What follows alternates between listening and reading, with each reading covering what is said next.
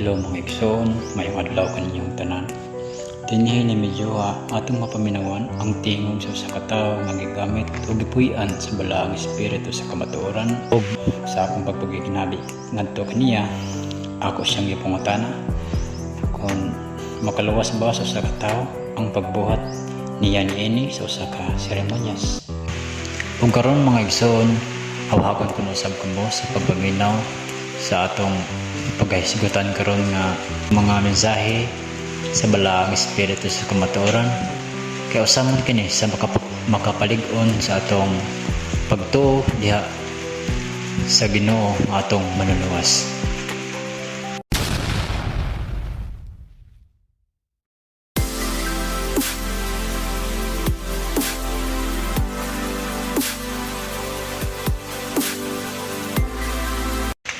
Niya ako'y ipangutana nga na kanimo kol. Makaluwas ba sa usa ka tawo ang pagbuhat niya niini sa usa ka seremonyas? Kung ikaw magbuhat o magsulti, makita pa sa imong buhat kung pinaagi lamang sa pulong. Ana ka na sa balaang kasulatan, dili makaluwas kaninyo ang bunyag bisan ang paghinulsol. Labaw sa tanan ang seremonyas kung wala na mo'y buhat. Anausap ka na, dili mabuhay ang tao sa pan lamang, kung dili pinagi sa pulong, o dili makita ang imong pulong kung wala'y buhat. Sa seremonyas, usa lamang ka na kapag pasinugod. Ikaw, makita ba sa imong binuhatan nga ikaw nagpasinugod sa imong pinasinugan? Kay dagan kayo nang nagbuhat ang mga seremonyas, nagabalaan, dagang nagbuhat ang mga sakramento. Ang pulong nga sakramento, sakrabalawat, kasabutan, balaan na kasabutan, sakra balaan, ang bito kasabutan. Makaluwas pa kanina ang kalibutan kasabutan kung wala ni magkibalaan. Hinumdumi ninyo pag-ayo ang pulong balaan, dili kini makita sa imong mata, mahikap, madungog, kundili madungog ninyo kini masinati o mabuyan sa inyong kasing-kasing.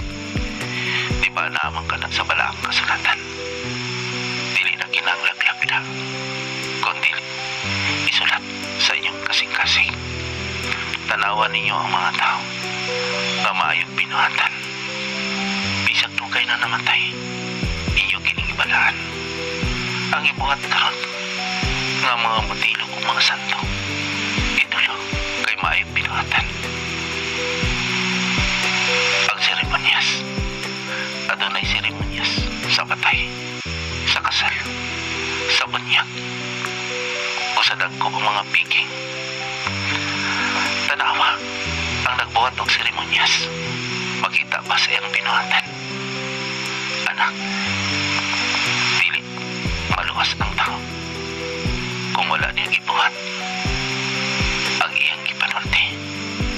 Tumoy lamang kini sa iyang dila, kaya ang magawas sa baba hugaw man kana kay gikan man kana sa kasing-kasing.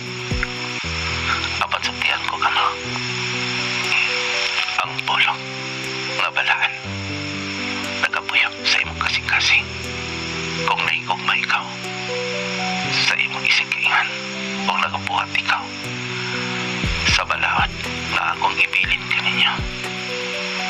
Ana sa balaang kasulatan, di balaan ka mo kanako, ingon nga ni balaan usab ka mo sa amahan. Dili makaluwas ang seremonyas, gawas ang espiritu na mao'y mubalaan kaninyo. Salamat kanino.